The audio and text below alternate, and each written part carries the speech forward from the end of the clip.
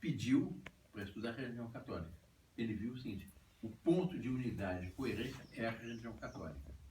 O que dava solidez é a religião católica. E aí se caminhou um muito bom sacerdote, amigo nosso, para que o instruísse. Depois, uma vez, nós perguntamos para ele, mas qual foi o ponto que o levou a converter, a sua conversão? Ele disse, não, foi na primeira conversa com o Monsenhor Smith, que é esse sacerdote, quando ele me disse, ou eu me converto, ou você se converte, ou você vai para o inferno, coisa de alemão, né? Foi direto. Ou se converte, ou você vai para o inferno, eu decidi me converter. Porque, no fundo, ele sabia. Há um outro alemão também, nobre, da TFP alemã, que era luterano. Com os contatos com a TFP, converteu-se. E tem um outro primo, von Gerdorf, também converteu-se. Von Gerdorf não, von Stopp, né? Também converteu-se. Porque no contato com os católicos, ele não, aqui está a verdade.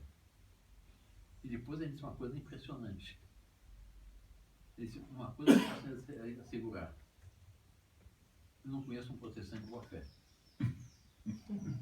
Meu pai e minha mãe são protestantes, meus 4 avós são protestantes, meus 8 bisavós são protestantes. Todos sabiam que a única religião verdadeira é a católica. Isso o Duque falou. Não é? O Duque. O Sr. Matias. Von Gerdorf.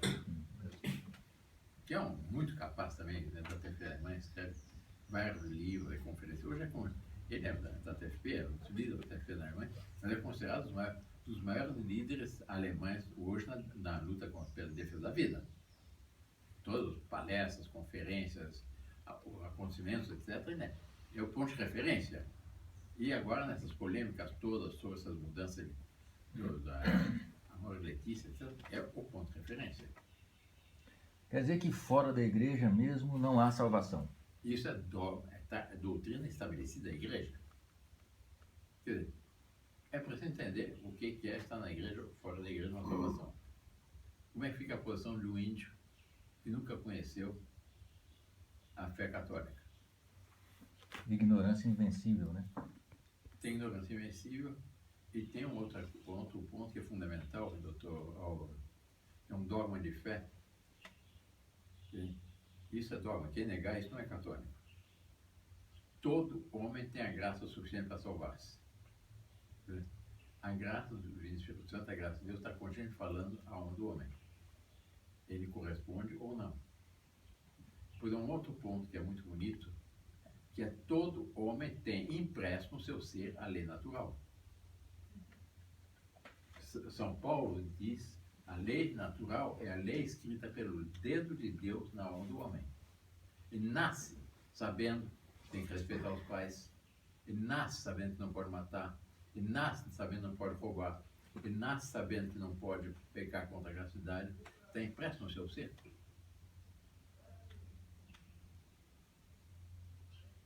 Eu vou fazer aqui uma confissão pública.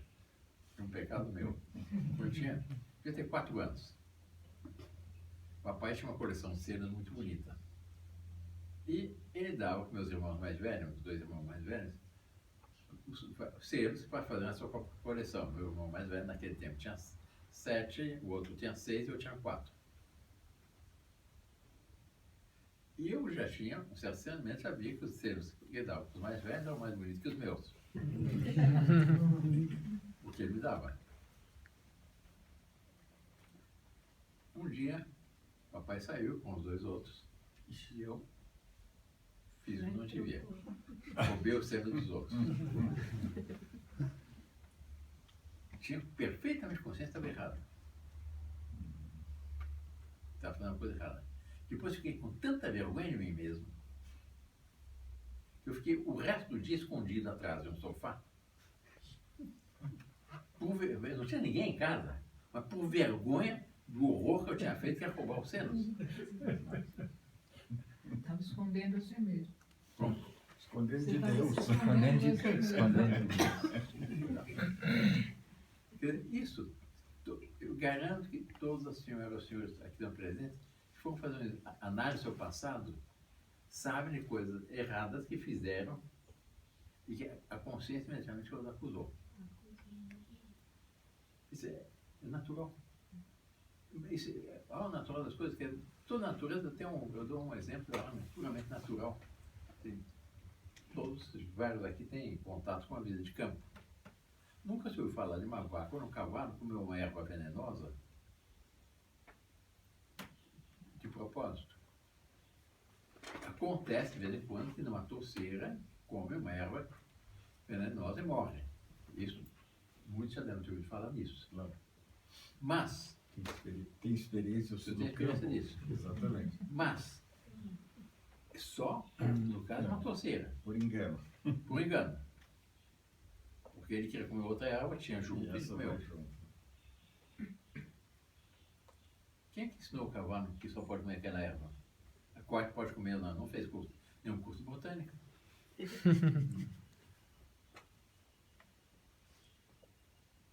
Cobras. O que explica que um cachorro, um cavalo, etc., tem pavor de cobra? Então, no seu ser, Deus, nosso Senhor, quando criou, pôs no seu ser, no seu instinto, esse bichinho que se move no chão, etc., é perigoso. Isso aí já viram? O pavor que cachorro tem de cobra? Os outros animais também, Dr. Bertrand. Ué? Os outros animais, pode ser um pintinho, ele nunca viu cobra, né? Que está recém-nascido, está por ali, passa uma cobra, a galinha, o galo faz qualquer coisa, a galinha faz outra e os pintinhos saem assim e entram debaixo da asa da galinha para se proteger. O gavião é um mecanismo perfeito da natureza. Quer dizer, é a perfeição da obra de Deus. Agora, assim também, Deus não foi o homem que foi criado a sua imagem e semelhança. Também pôs o seu ser, sabe, o homem sabe o que deve fazer, o que não deve fazer. Há uma graça de Deus. E na linha da questão da salvação, e segundo a doutrina católica, isso é a doutrina católica mais pura. Existe o batismo de água, que é o nosso, o batismo de sangue, que é o mártir, que é o que está antes de ser batizado, mas já professa as verdades católicas. E ele é martirizado porque se nega a jurar a verdade católica, então tem o batismo de sangue, e o batismo de desejo. O batismo de desejo que é aquele que está em condições tais que se ele conhecesse a doutrina católica, aderiria. É um caso muito bonito, histórico, que são os índios da Patagônia. Quando os missionários salesianos do século XIX chegaram à Patagônia, encontraram tribos de índios que eram monoteístas, monogâmicos, que respeitavam a lei natural. E mais do que isso, tinha uma revelação que vinha de pai a filho, isso era algo que o Espírito Santo tinha marcado naquelas tribos, que um dia viria um homem vestido de preto que os esclareceria mais plenamente sobre Deus. Quando os missionários salesianos chegaram à Patagônia, os índios chegaram. Imediatamente foram batizados.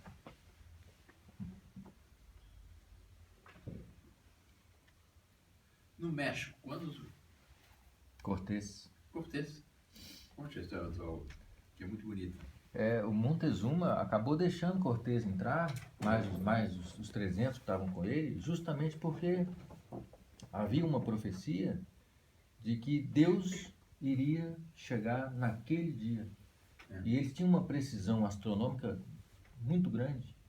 E foi mais ou menos assim, eu não sei dizer se na época marcada. E há quadros antigos, sabe aqueles quadros do século XVI? Que são filas e filas e filas e filas de índios que iam ser batizados. O próprio Montezuma Exato, o próprio Montezuma morreu católico. morreu católico. A ideia é que não, os espanhóis chegaram, exterminaram os índios, fizeram genocídio dos índios, não corresponde à realidade. Na história de Anchieta, do verbo São José de Anchieta, há fatos no mesmo sentido. Aliás, vale a pena estudar a história de Anchieta, os milagres que ele fazia, não tem uma ideia. Se fala na Anchieta, tem um bom jesuíta que ia lá fazer missões, sofria. O máximo que conhece é a história da canoa que virou. Vocês conhecem a história da canoa que virou, de Anchieta? Não. Ele estava com uma dessas viagens meio, sabe? Ele ia para o sertão para os índios, para convertê-los. Com outros missionários, tem uns índios que iam remando, que iam ajudando, já eram católicos. Em certo momento a canoa virou. E ele não sabia nadar, então foi para o fundo do rio. Os outros salvaram, e aí começaram a procurar, não encontravam. Então os índios mergulhavam, etc. Um bom tempo depois, um índio mergulhou e encontrou São José de Anchieta sentado numa pedra no fundo do rio, tranquilamente lendo o breviário, rezando. Aí ele pegou assim e falou assim, vamos para cima. Ele levou para cima e o breviário estava seco. Mas assim, mas a outra história, ele ia naquelas caminhadas do sertão, que ele havia aquelas filas indianas, a maioria, né? Os batedores na frente, os índios, os bandeirantes, os bandeirantes da época, e ele ia atrás dentro do breviário. Quando chegaram na aldeia, o José já estava lá. Ele não ia voando.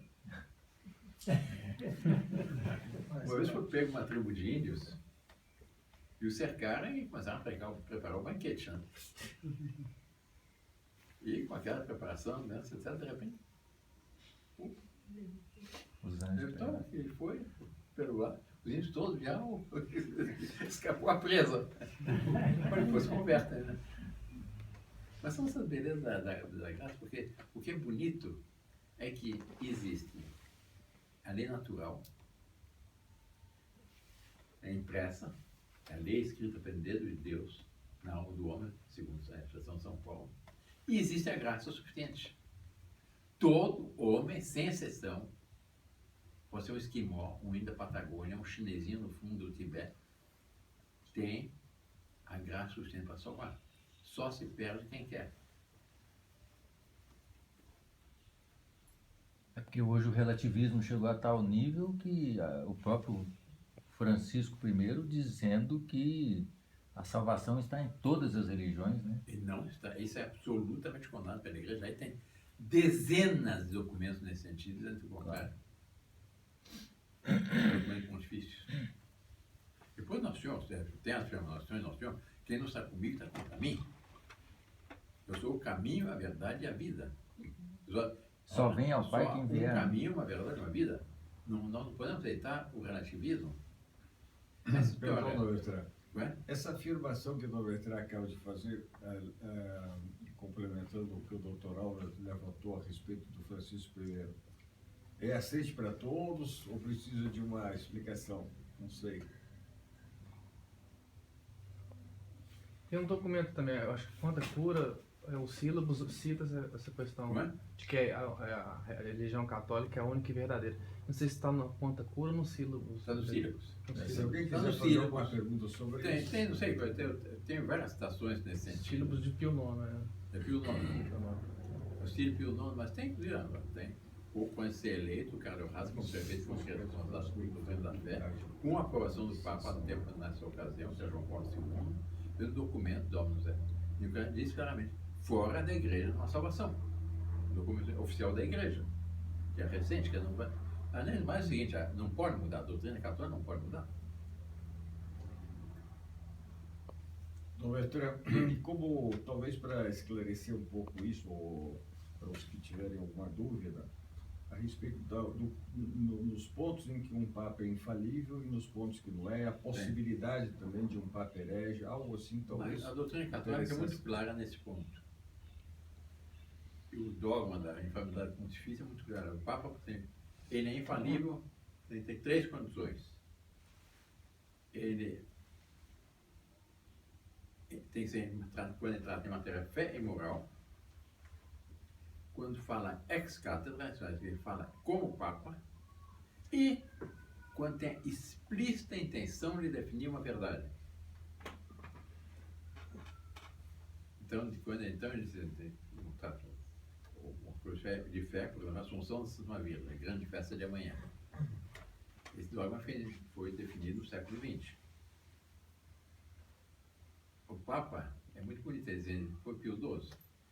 Eu não recordo os termos, mas eu, enquanto Papa, volto à Sé Apostólica, defino, proclamo, afirmo que a Santíssima Virgem foi levada com seu corpo e alma para o céu depois do seu passamento.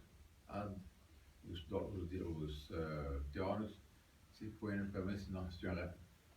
Alguns falam da dormição da Santíssima Virgem, outros falam da morte da Santíssima Virgem. Não é uma coisa, esse ponto não é fechado, porque é uma questão fechada, é uma norma. Quem negar não é católico, o apostato da fé católica, é que a Santíssima Virgem foi levada com corpo e alma para o céu. Mas tem que ser essas três condições: é matéria de fé, a Assunção da Santíssima Virgem, o Papa falou como Papa e com a explícita intenção de definir uma verdade. Depois, outro ponto, quando também, que é quando a repetida afirmação durante séculos e séculos de uma verdade. Fora da igreja não há salvação. Na história da igreja, centenas de afirmações nesse sentido. Outro princípio. Depois é o seguinte, se todas, se eu posso compreender, todas as religiões fossem iguais, nós seríamos idiotas. Claro. Por que o protestante pode se divorciar E e nós, vai para o céu? E nós católicos, um católico se divorcia e se junta com uma outra, segundo a doutrina católica, o católico vai para o inferno. Como é que é isso? Claro. Por que para um uma coisa pode ser e para o outro não pode ser? Deus não pode As se coisas não são contradizer. relativas. Deus não pode se contradizer, né? Deus não pode se contradizer.